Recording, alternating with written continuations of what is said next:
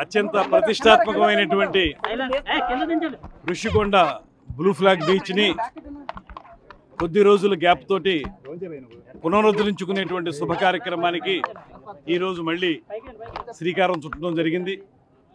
నిజానికి ఇక్కడ నిర్వహణ లోపం అంటూ ప్రత్యేకంగా ఏమీ లేదు, కానీ గత ప్రభుత్వం తాలూకు కొన్ని ఇబ్బందికరమైనటువంటి అంశాలు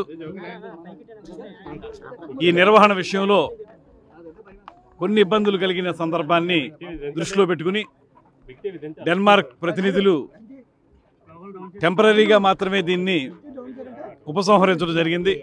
అయితే ఈ ప్రభుత్వం యొక్క కమిట్మెంట్ చూసి కూటమి ప్రభుత్వం పర్యాటక రంగానికి ఏ స్థాయిలో సహకారం అందిస్తుందో గమనించి వారే మళ్ళీ దీన్ని పునరుద్ధరించే కార్యక్రమాన్ని ఇచ్చారు.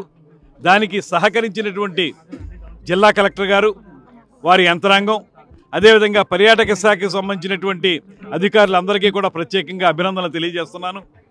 దాంతోపాటు రాబోయే రోజుల్లో ఏ రకమైనటువంటి ఇబ్బంది లేకుండా మా కమిట్మెంట్ ఏదైతే ఉందో బ్లూ ఫ్లాగ్ని కేవలం ఇక్కడికి మాత్రమే పరిమితం కాకుండా ఈ రాష్ట్రంలో మరిన్ని సముద్ర తీరాల్లో కూడా బ్లూ ఫ్లాగ్ని తీసుకురావాలనే ప్రయత్నం మేము ఏదైతే చేస్తున్నామో దాంట్లో భాగంగా ఋషికొండ బీచ్ బ్లూ ఫ్లాగ్ని కూడా అత్యున్నత ప్రమాణాలతోటి కొనసాగిస్తామనేటువంటి మాటని సందర్భంగా తెలియజేస్తున్నాను. దానికి సంబంధించి గత ప్రభుత్వం తాలూకు విధానాలు కొన్ని లోపభూయిష్టంగా ఉన్నాయనేటువంటి మాట మనకు తెలుసు. వాటిని అధిగమించి ఇక్కడ పార్కింగ్ విషయంలో కానీ, ఆక్రమణల విషయంలో కానీ, పరిశుభ్రత పాటించే విషయంలో కానీ గత ప్రభుత్వం చేసిన తప్పిదాలు చేయకుండా దీన్ని సంపూర్ణమైనటువంటి స్వచ్ఛతతో కూడినటువంటి బీచ్గా, అదేవిధంగా పర్యావరణ విద్యను అందించేటువంటి బీచ్గా, దాంతోపాటు అత్యున్నత ప్రమాణాలతోటి నిర్వహించే విధానంతో దీన్ని రూపుదించాలని పూర్తి స్థాయిలో మేము నిర్ణయించుకున్నాం. దాని ప్రకారం దీన్ని ముందుకు తీసుకెళ్తాం. ఇవాళ డెన్మార్క్ ప్రతినిధులు కూడా ప్రత్యేకమైనటువంటి ధన్యవాదాలు తెలియజేస్తున్నాం. మీరు మా ప్రభుత్వం యొక్క చిత్తశుద్ధిని గమనించి పునరుద్ధరించినందుకు మీకు ధన్యవాదాలు.